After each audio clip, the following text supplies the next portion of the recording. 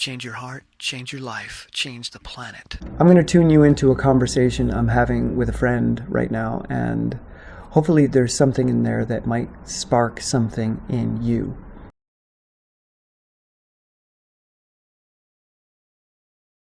In the last few days, I've been bouncing back from my bout with Lyme disease, and I'm noticing a really interesting phenomenon, that people are coming at me with all kinds of certainty and sympathy, which is really nice, but there's a lot of certainty from certain groups of people, telling me that I shouldn't do the antibiotics, telling me that if I were a natural hygienist that I wouldn't get sick to begin with, and I've heard this same argument about coronavirus. There's a lot of people from a lot of different camps who are really certain about Lyme disease and about coronavirus. And while I can sound certain about many of the things I speak about, I'm really agnostic. And if you look at that word, what it means, agnostic or nous, knowledge, it means to be away from or to move away from knowing. So you're basically saying that, well, we can't know. We have some ideas, we have some hunches, we have some directions we want to explore, but most scientists are agnostic when it comes to claiming with certainty that this is truth. But the average person reading an article on the internet or watching a YouTube video that's really compelling and seems like it's got all the evidence, they're like, oh my God, that's it. It's true. It's a cover-up. It's a conspiracy. This whole COVID-19 thing is just nonsense, yada, yada, yada. And there's a great quote by Neil deGrasse Tyson that's going around right now in one of his ads for the masterclass that he's teaching, which I love, which is, one of the great problems in the world right now is knowing enough about a subject to think you're right, but not enough to know you're wrong. And the funny thing is, that also applies to Neil deGrasse Tyson, because it was either some interviews or one of the books he did, he was talking about diet as if he were an expert. And it's clear from his contribution to the conversation that he is not an expert on diet, but yet thinks because he's got a lot of knowledge about astrophysics and cosmology that he must therefore know everything about everything, but he doesn't. So Neil, take your own advice. So what triggered this for me today, aside from the fact that people are commenting about my Lyme disease and my usage of antibiotics and COVID-19 being a hoax, is that I listen to a crap load of books. There's pretty much always a book playing in my ears. And I don't want to forget about them, so what I'll do, if I really liked a book or it provoked some kind of thought in me, opened up a new avenue for me, I will compile all the notes that I recorded, because I take extensive recorded notes while listening. And then I will compile that into an audiobook itself. So it's me either reading quotes from the book as I hear them, and then adding my commentary, or it's simply my commentary about a particular idea that's being shared. So then I can go back and I can listen to what I thought were the key points in the book, and my thoughts about them, or how this information might relate to another book, or how it might contradict something else I've read in another book. And then I want to go back and listen to the first book that was contradicted, listen to my notes there, like, okay, how do these two work with each other?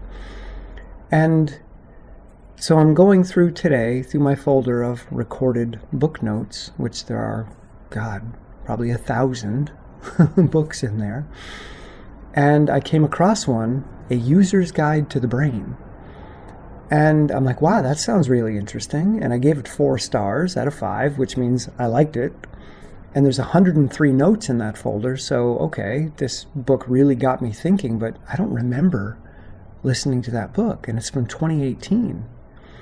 So I looked it up on Audible, and it's John Rady who wrote the book, and he's like my favorite author.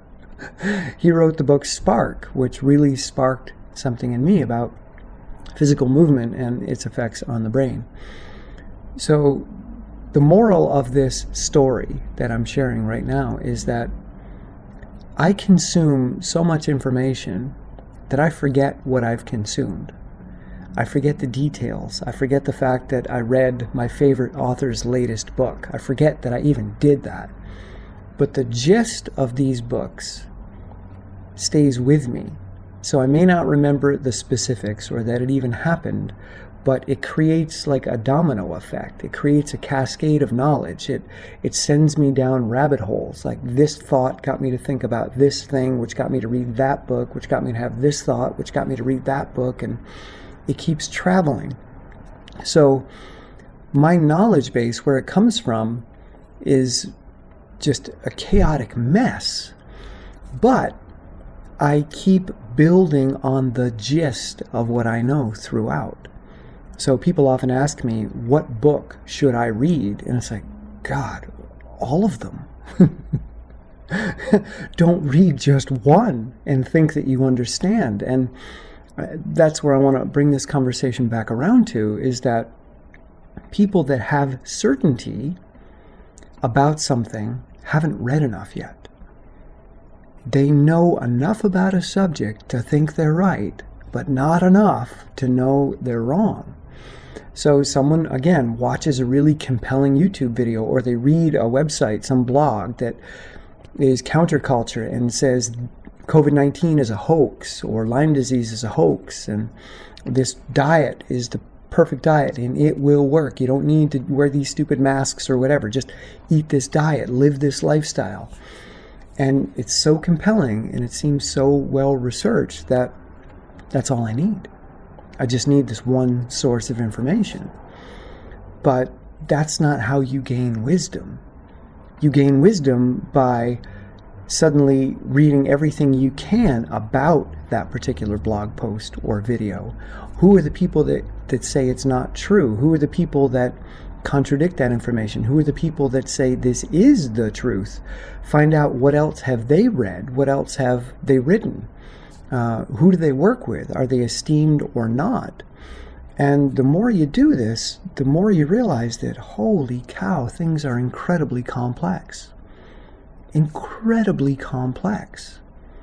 One of my favorite authors, aside from John Rady, is Michael Gazzaniga, who's one of the pioneers in brain research in the 60s and 70s, and his books just blew me away.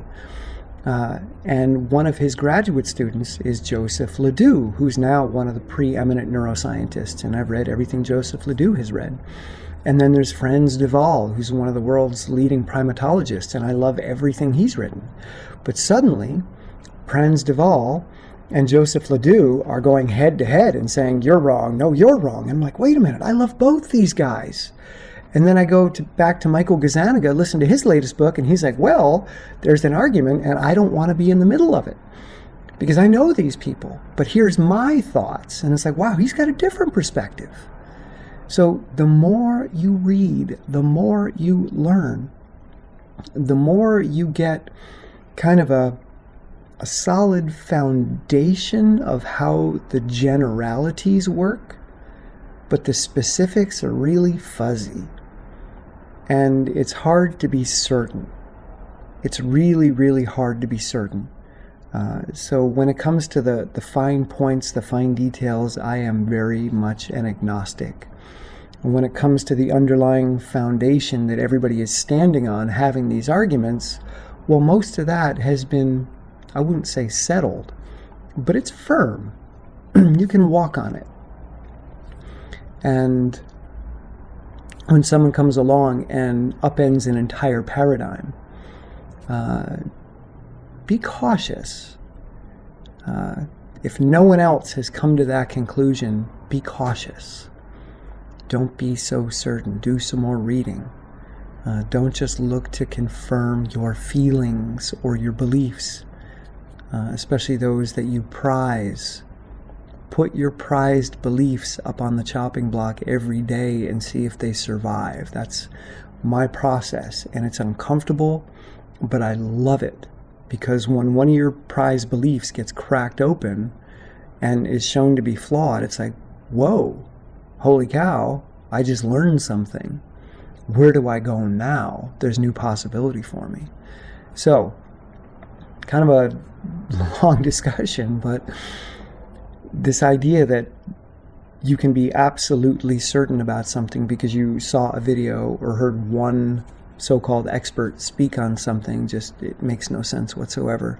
But emotionally, it makes perfect sense because people need certainty in these times of chaos.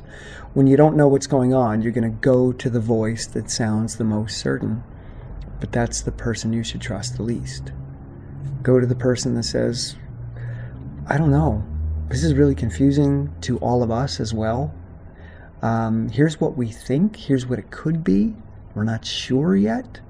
So we're going to be cautious. We're going to take precautions because we don't know.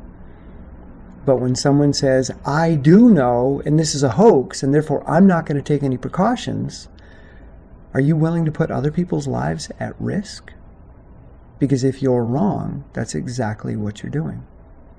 So check your certainty. Hope there was something of value in there for you. Let me know in the comments below what your thoughts are, what you're reading right now, and what rabbit holes you're investigating. Okay? See you soon.